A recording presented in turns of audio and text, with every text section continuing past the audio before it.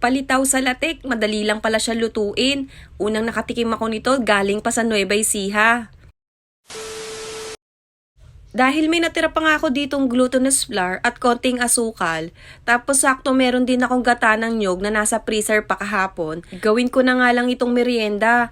Kaya kumuha na ako ng lagayan at sinalin ko na nga yung glutinous flour. Nasa 1.5 cup nga din ito. Then nilagyan ko lang siya ng half cup ng water. Then hahaluin ko lang to, gumamit na nga ako ng whisk para mas madali ko siyang mahalo, para mawala din yung mga buo-buo niya. Nasa 3 sangkap nga lang yung magagamit mo dito, makakagawa ka ng masarap na merienda. Pag ganito na nga yung consistency niya, ay okay na ito. Then set aside ko muna.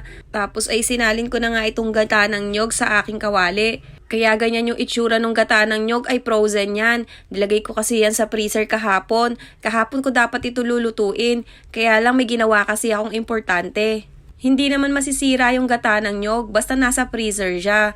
Mga 1 to 2 days ay okay naman. Pag nag-golden brown na yung ating latek, ay okay na yan. Then kumuha lang ako ng konti ng langis ng nyog. Then ito dito sa plastic labo ay naglagay lang din ako ng langis. Tapos ay kakalat ko ng bahagya yung langis dun sa loob ng plastic. Tapos ilalagay ko na nga dito yung mixture na ginawa ko kanina. Isinalin ko lang ito dito. Mga 2 plastic yata yung nagamit ko. Kung wala ka namang plastic, ay pwede naman. Yung parang pagluluto lang din ng palitaw na bibilugin mo yung mixture, tapos ay ihuhulog mo sa kumukulong tubig. Once na lumutang siya, ay luto na. Pero dahil gaya-gaya ko, dun sa napanood ko na paggawa ng palitaw sa latik, ay ganito yung ginawa niya. Kaya ganito rin yung ginawa ko. Tapos ay nagpakulo na nga pala ako ng tubig sa kaserola. Then isa-isa ko na nga nilagay dito yung 2 plastic. Then after 30 minutes ay luto na yan. Kaya isa-isa ko na din siyang inalis. Then sunod ko namang ginawa dito ay yung sauce niya. Doon sa pinaglutuan ng latik ay naglagay lang ko ng 1 cup ng water.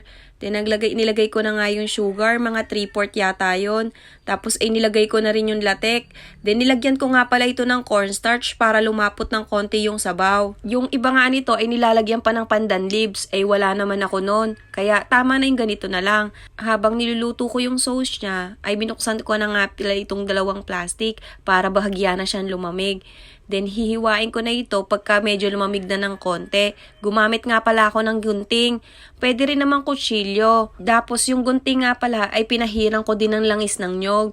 Tapos ay ganito nga pala yung size niya. Kung gusto nyo mas maliit pa ay pwede naman. Kung mas malaki ay pwede rin. Tapos ay nilagay ko lang ito sa tasa. Then sinalin ko na nga yung sabaw na ginawa ko kanina. At ganito na nga yung kalalabasan o itsura niya pagka naluto na. Kakaiba ba sa inyong paningin? Masarap siya, kaya subukan nyo na rin magluto ng ganito. Yun lang.